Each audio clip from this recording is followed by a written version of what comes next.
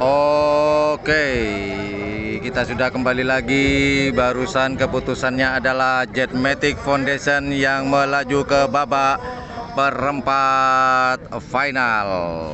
Oke, sekarang sudah masuk ke babak perempat final di pool A pertama. Sekedar informasi aja teman-teman, ini adalah babak perempat final, babak-babak yang sangat krusial sekali. Oke, pelepasan pertama di pool A. Di selempang merah ada nomor 2, Lanceng Manis, milik dari tim Gagak Rimang. Kemudian di selempang putih ada nomor 6, Anti Teror. Yuk, siapakah yang akan melaju ke babak semifinal? Apakah Lanceng Manis dari Gagak Rimang ataukah nomor 6 Anti Teror di selempang putih?